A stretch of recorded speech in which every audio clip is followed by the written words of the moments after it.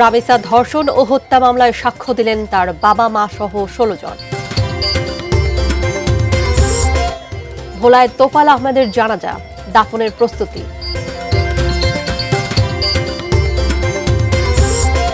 এক মাসের ব্যবধানে জ্বালানি তেলের দাম বাড়ানো জুলুম, বললেন জামাত আমির। এবং ফরিদপুর ও চট্টগ্রামে সড়ক দুর্ঘটনায় ৭ জনের মর্মান্তিক মৃত্যু।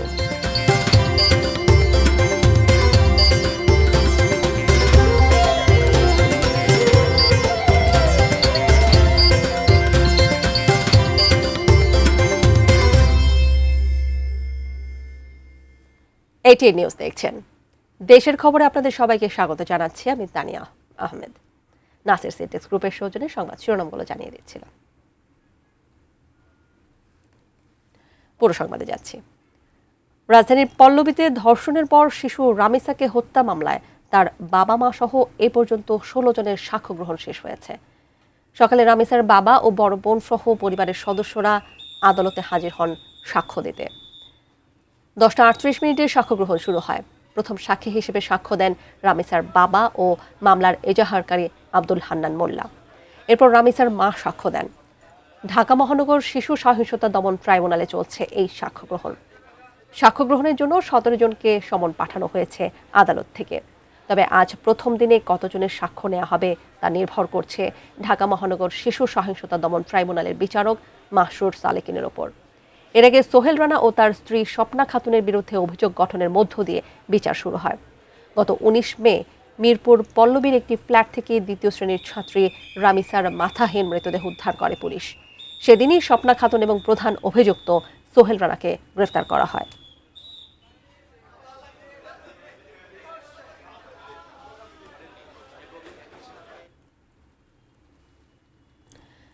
মহান মুক্তিযুদ্ধের অন্যতম সংগঠক সাবেক মন্ত্রী তোফায়েল আহমেদকে ভোলায় পারিবারিক কবরস্থানে দাফন করা হবে। বাবা মায়ের পাশে চিরনিদ্রায় শায়িত হবেন তিনি। দুপুরে ঢাকা থেকে হেলিকপ্টারে করে তোফায়েল আহমেদের মরদেহ ভোলায় নিয়ে যাওয়া হয়। জোহরের নামাজের শেষে ভোলা সরকারি উচ্চ বিদ্যালয় মাঠে তার দ্বিতীয় জানাজা অনুষ্ঠিত হয়। সর্বস্তরের মানুষ তাতে অংশ নেন। সেখানে এই বীর মুক্তিযোদ্ধাকে রাষ্ট্রীয়ভাবে গার্ড অব অনার প্রদানের মাধ্যমে শেষ শ্রদ্ধা জানানো হয়। তোফায়েল আহমেদের নিজ গ্রাম কোরালিয়ায় তৃতীয় জানাজা শেষে পারিবারিক কবরস্থানে বাবা মায়ের পাশে তাকে দাফন করার প্রস্তুতি চলছে। গতকাল সোমবার রাজধানীর স্কয়ার হাসপাতালে চিকিৎসাধীন অবস্থায় মৃত্যুবরণ করেন দেশের প্রবীণ রাজনীতিবিদ তোফায়েল আহমেদ।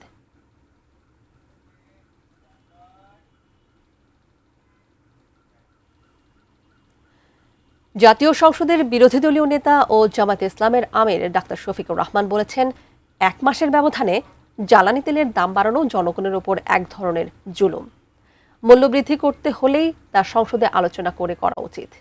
দুপুরে সিলেটের বাদাঘাট এলাকায় পাশবিক নির্যাতনে নিহত শিশু ফাহিমার পরিবারের সদস্যদের সঙ্গে সাক্ষাৎ শেষে সাংবাদিকদের এসব কথা বলেন তিনি। এ সময় ডাক্তার শফিকুর রহমান আরও বলেন, রামিসা হত্যাকাণ্ডের বিচারের মতো ফাহিমা হত্যার বিচারও ১৫ দিনের মধ্যে সম্পন্ন করতে হবে। সরকারকে এমন নিশ্চয়তা দিতে হবে। জনগণের নির্বাচিত পার্লামেন্টের অধিকার ক্ষুণ্ণ করা হয়েছে। সেখানে আলাপ করে এটা করলে তখন জনগণও বুঝতো তার কতটুকু করা দরকার। আর আলাপ যখন হতো তখন ন্যায্য কথা সেখানে আলোচনা হতো। সরকারও বাধ্য হতো ন্যায্যতার ভিত্তিতে একটা চিন্তা করতে। আবার জনগণ যাতে টের না পায় গভীর রাতে, জনগণ যখন ঘুমায় গেছে তখন তেলের দাম বাড়ানো হচ্ছে। প্রধানমন্ত্রী যেভাবে রামিসার ক্ষেত্রে ঘোষণা দিয়েছেন ১৫ দিনের মধ্যে রামিসার বিচার সম্পন্ন হবে, আমরা চাই যে এইরকম একটা ঘোষণা এখানকার মন্ত্রী তিনিও দেবেন। অংশীজনরা চাইলে এসএসসি পরীক্ষার সময়সূচি আবারও পরিবর্তন হতে পারে, জানালেন শিক্ষামন্ত্রী ডক্টর আনম এহসানুল হক মিলন। দুপুরে সচিবালয়ে প্রধানমন্ত্রীর সাথে বৈঠক শেষে সাংবাদিকদের একথা জানান তিনি।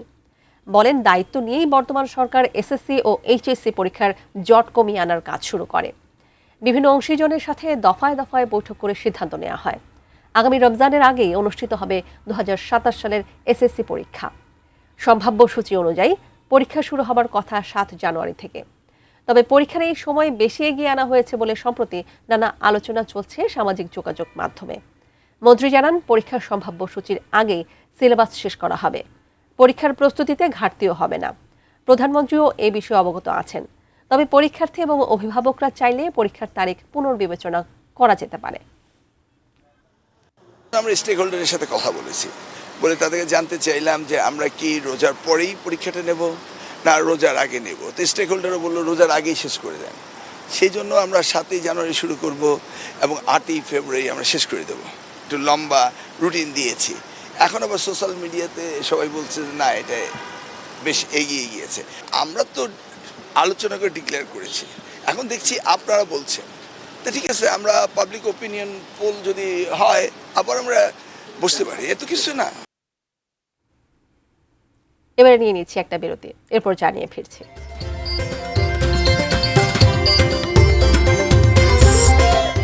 খান জাহান আলী মাজারে কুমিরের আক্রমণে নিহত শিশুর দাফন সম্পন্ন এবং পরিকল্পিত রাজশাহী নগরী গড়ে তোলার প্রধান বাধা বাস টার্মিনাল।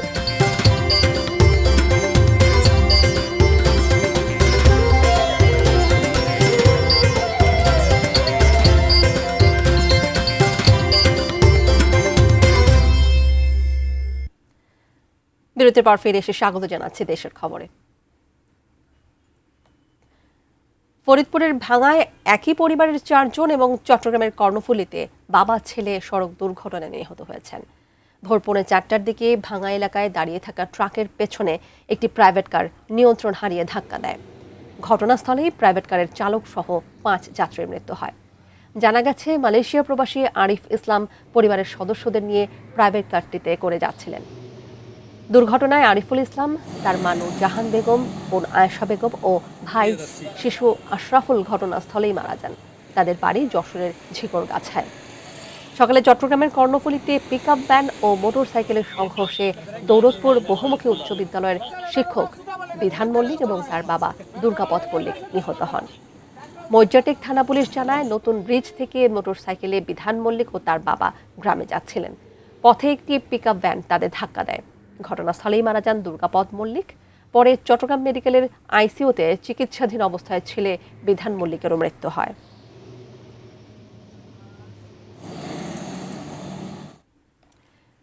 সৌদি আরবের রিয়াদে উট ও মোটর সাইকেলের সংঘর্ষে 2 বাংলাদেশের মৃত্যু হয়েছে। নিহত হারুনুর রশিদ ও রাসেল হোসেন লক্ষ্মীপুর সদর উপজেলার উত্তর হামছাদি এলাকার বাসিন্দা। রোববার রাতে রিয়াদের একটি সড়কে হারুন ও রাসেলের মোটরসাইকেলের সঙ্গে সংঘর্ষ হয় উটের।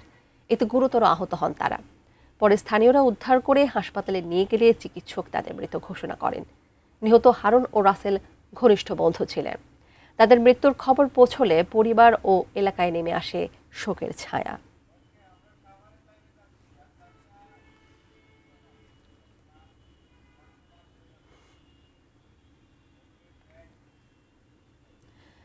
ঈদের লম্বা ছুটি শেষে কর্মজীবী মানুষ রাজধানী ঢাকা সহ নিজ নিজ কর্মস্থলে ফিরতে শুরু করেছে।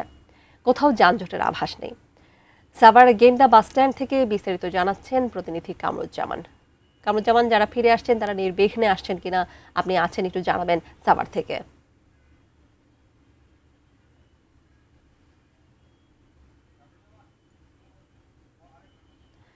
কামরুজ্জামান, নিশ্চয়ই শুনতে পাচ্ছেন আপনি আমাকে। ঈদের লম্বা ছুটি শেষে ফিরে আসছেন মানুষ, তারা কর্মস্থলে ফিরে যাচ্ছেন, তারা নির্বিঘ্নে আসতে পারছেন কিনা, যানজট আছে কিনা একটু বিস্তারিত জানাবেন আমাদের। তানিয়া, আমি ঢাকার ইচ্ছা মহাসড়কের ঠিক একদম যে পয়েন্টে রয়েছে এখান দিয়েই কিন্তু যে একদম যে এই যে যারা ঈদ ফেরত যাত্রীরা তারা কিন্তু এই ঢাকা আসতে শুরু করেছে। যদি ক্যামেরার মাধ্যমে একটু দেখাতে চাই, এর মধ্যে আপনি দেখতেই পাচ্ছেন এখানেই কিন্তু যেই ঢাকার ইচ্ছা মহাসড়কের যে সমস্ত দূর দূরান্ত থেকে যেই যাত্রীরা যারা আসতে শুরু করেছে তারা কিন্তু এই রোড হয়েই কিন্তু তারা ঢাকায় ঢুকছে। যেহেতু এটি একটি ঢাকার ইচ্ছা মহাসড়ক এবং এখানে কিন্তু গার্মেন্টস অধ্যুষিত এলাকা, সেখানে লক্ষ লক্ষ মানুষ কিন্তু এখানে বসবাস করে। তো সেই ক্ষেত্রে উত্তরবঙ্গ এবং দক্ষিণবঙ্গের বেশিরভাগ যাত্রীরা তারা কিন্তু এই রোড দিয়েই কিন্তু তারা যাতায়াত করে এবং এখানে দিয়েই কিন্তু আসা যাওয়া করে। তো সবকিছু মিলিয়ে ঢাকার ইচ্ছা মহাসড়কের ঠিক এখন কিন্তু যানজট ছাড়াই একদম সাধারণ যাত্রীরা তারা কিন্তু নির্বিঘ্নে তারা কিন্তু তাদের কর্মস্থলে তারা ফিরছে। আমরা কথা বলেছি ঢাকা যে আমাদের সাভারের যে হাইওয়ে পুলিশের সাথে, তারা আমাদেরকে জানিয়েছে যে তারাও কিন্তু নির্বিঘ্নে তারা যেন বাড়ি ফিরে যেতে পারে এবং কর্মস্থলে ফিরে যেতে পারে, সেই ক্ষেত্রে তারা কিন্তু কাজ করে যাচ্ছে একযোগে। এছাড়াও আমরা জেলা পুলিশের সাথে কথা বলেছি, তারাও বলছে যেহেতু তাদের পুলিশ সুপারের নেতৃত্বে তারা কিন্তু একযোগে যেন যে যানজট ছাড়াই নির্বিঘ্নে যাত্রীরা তারা কর্মস্থলে ফিরে যেতে পারে, তারা সেই বিষয়েও কিন্তু কাজ করছে। যেহেতু একটি গার্মেন্টস অধ্যুষিত এলাকা, এখানে লক্ষ লক্ষ মানুষ কিন্তু বসবাস করে, যেহেতু ছুটি শেষ সেই ক্ষেত্রে ঢাকায় ফিরতে শুরু করেছে এই সাধারণ যাত্রী। এছাড়াও আগামী শনিবারে গার্মেন্টস খুলে দেবে, যে কারণে কিন্তু বৃহস্পতিবার এবং শুক্রবার বেশি কিন্তু যানজটের আশঙ্কাও করছে অনেকেই। এই ছিল সর্বশেষ আমার কাছে ঢাকা রিচা মহাসড়ক থেকে। আমরা ফিরে যাচ্ছি স্টুডিওতে তানিয়ার কাছে। তানিয়া। কামরুজ্জামান, ধন্যবাদ আপনাকে। দর্শক, ঈদের ছুটি শেষে কর্মজীবী মানুষ ফিরতে শুরু করেছেন ঢাকা রিচার মহাসড়ক থেকে, সেটাই জানাচ্ছিলেন কামরুজ্জামান। বাগেরহাটের ঐতিহাসিক খান জাহান রহমতুল্লাহ আলাইহি মাজারে কুমিরের আক্রমণে নিহত শিশু ফাতেমার দাফন সম্পন্ন হয়েছে। ময়নাতদন্ত ছাড়াই বেলা 11টার দিকে খান জাহান আলী মাজার প্রাঙ্গণে জানাজা সম্পন্ন হয়। এরপর দিঘির পূর্ব পার্শ্বে গণকবরস্থানে ফাতেমাকে দাফন করা হয়। প্রত্যক্ষদর্শীরা জানিয়েছেন, গতরাত আনুমানিক 8টার দিকে মহিলা ঘাটে গোসল করতে নামলে ফাতেমা নামের 8 বছর বয়সী শিশুকে কুমির টেনে নিয়ে যায়। শিশুটি মাজার এলাকায় অবস্থানরত এক মানসিক ভারসাম্যহীন নারীর মেয়ে। ঘটনার সময় মায়ের চিৎকারে স্থানীয় লোকজন ও দর্শনার্থীরা দ্রুত নৌকা নিয়ে দিঘিতে নেমে উদ্ধার কাজ শুরু করেন। খবর পেয়ে ফায়ার সার্ভিস ঘটনাস্থলে পৌঁছে উদ্ধার অভিযান শুরু করে। এরপর ভোরের দিকে শিশুটির মরদেহ উদ্ধার করা হয়। এই মর্মান্তিক ঘটনায় এলাকায় শোক ও উদ্বেগের সৃষ্টি হয়।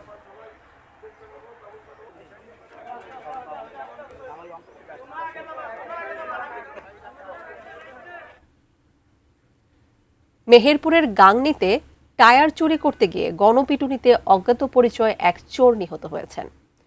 ভোররাতে বামন্দি বাসস্ট্যান্ডের খোকন এন্টারপ্রাইজ নামের ওই টায়ার হাউসে চুরি করতে গিয়ে এই দুর্ঘটনার শিকার হন সে। খবর পেয়ে গাংনী থানার ওসি উত্তম কুমার দাসের নেতৃত্বে পুলিশের একটি টিম ঘটনাস্থলে যায়। স্থানীয় সূত্রে জানা গেছে, খোকন এন্টারপ্রাইজে ভোর 5টার দিকে 5 চোর টায়ার চুরি করতে আসে।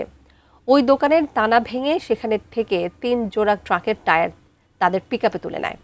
এ সময় দোকান মালিক ও স্থানীয়রা তাদের ধাওয়া দিলে 4 জন পালিয়ে যান। নিহত ওই চোর স্থানীয় জনতার হাতে ধরা পড়ে। পরে তাকে গণপিটুনি দিলে ঘটনাস্থলেই মারা যান সে। চাঁপাইনবাবগঞ্জের ভোলাহাটে গরু চোর সন্দেহে গণপিটুনিতে একজন নিহত হয়েছেন।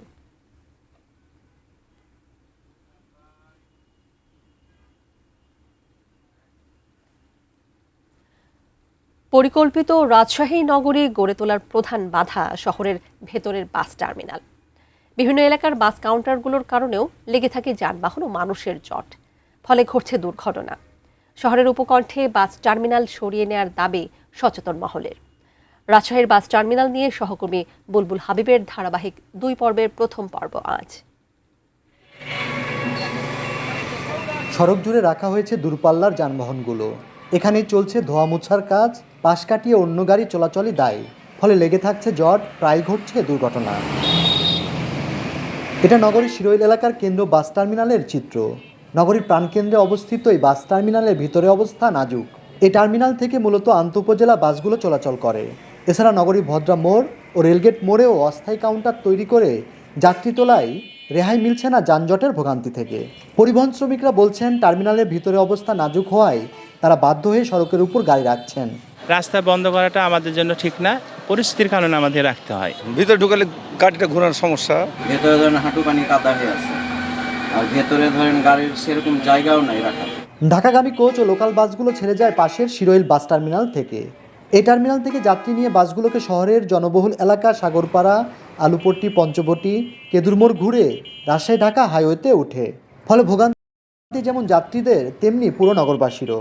টার্মিনালটাকে রিপ্লেসমেন্ট করে নদপাড়াতে একটা টার্মিনাল তৈরি করেছে, কিন্তু অদৃশ্য কারণে বারবার তো চালু হচ্ছে না। শুধুমাত্র কিছু সুবিধাবাদী শ্রমিক নেতাদের স্বার্থ সংশ্লিষ্ট বিষয় আছে, এই কারণে। তো গাড়ি যেহেতু বেশি হয়েছে, এখন একটা বড় ধরনের কোনো প্রজেক্ট করা দরকার, কারণ রাজশাহীতে বিভিন্ন মোটামুটি 700 গাড়ি এবং বাইরে থেকে 500 গাড়ি আসে। এই জন্য জায়গার খুবই ক্রাইসিস, এর জন্য রোডের মধ্যে আমাদেরকে গাড়ি রাখতে হয়। এমন অবস্থায় টার্মিনালগুলো সরিয়ে শহরের বাইরে নেওয়ার দাবি রাজশাহীবাসীর দীর্ঘদিনের। রাজশাহী একটা পরিষ্কার সুন্দর নগরী। এই নগরী কয়েকটা বিস্ফোরণের মধ্যে শিরোইল বাস স্ট্যান্ড একটা বড় বিস্ফোরণ। রাজশাহী শহরের যে এই রাস্তাটা একেবারে কি একটা বাজে পরিস্থিতির মধ্যে থাকছে, এটাকে অতি সত্ত্বর নিরসন করা দরকার। বুলবুল হাবিব, এটিএন নিউজ, রাজশাহী। দেশের খবরে আরেকটা বিরতি নিয়ে ফিরছি, সাথেই থাকবেন।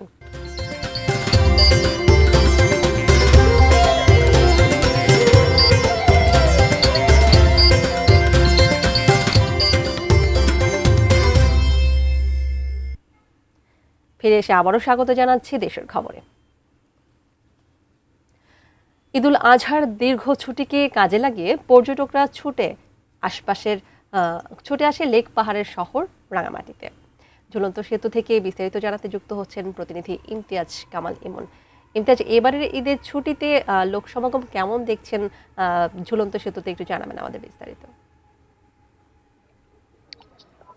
তানিয়া, আপনি যেমনটা বলছিলেন, আসলে ঈদের টানা ছুটিকে কিন্তু দেশের বিভিন্ন প্রান্ত থেকে কিন্তু এই ছুটিটিকে কাজে লাগানোর জন্যই কিন্তু যারা ভ্রমণ পিপাসু মানুষ আছে তারা কিন্তু এই লেক পাহাড়ের যে শহরটি রয়েছে রাঙামাটি, সেই রাঙামাটিতে ঘুরতে এসেছে। আমি এই মুহূর্তে রয়েছি রাঙামাটির অন্যতম বিনোদন কেন্দ্র পর্যটনের ঝুলন্ত সেতু এলাকায়। এখানেও কিন্তু ঈদের ছুটি শেষ হয়ে গেলেও কিন্তু এখনো কিন্তু পর্যটক পদচারণায় মুখরিত হয়ে আছে এখানকার যে ঝুলন্ত সেতু, সেই ঝুলন্ত সেতু। সেই সাথে কিন্তু এখানকার অন্যান্য যে বিনোদন কেন্দ্রগুলো রয়েছে, যেমন আসাম বস্তি কাপ্তাই সড়ক, পলয়েল পার্ক, আরনকি ইকো রিসোর্ট সহ রাঙামাটির যে অন্যান্য যে বিনোদন কেন্দ্রগুলো রয়েছে সেখানেও কিন্তু পর্যটকের উপস্থিতি আমরা লক্ষ্য করেছি। সেই সাথে কিন্তু এখানে যারা পর্যটকরা ঘুরতে আসছে তারা এখানকার বিনোদন কেন্দ্রগুলোর পাশাপাশি কিন্তু এখানের যে আছে সেই কৃত্রিম লেকে কিন্তু ছোট ছোট বোটে করে কিন্তু তারা এই যে এখানকার নৌ বিহার গুলো রয়েছে সেখানে কিন্তু তারা ভ্রমণ করছে। তারা এই নৌ ভ্রমণের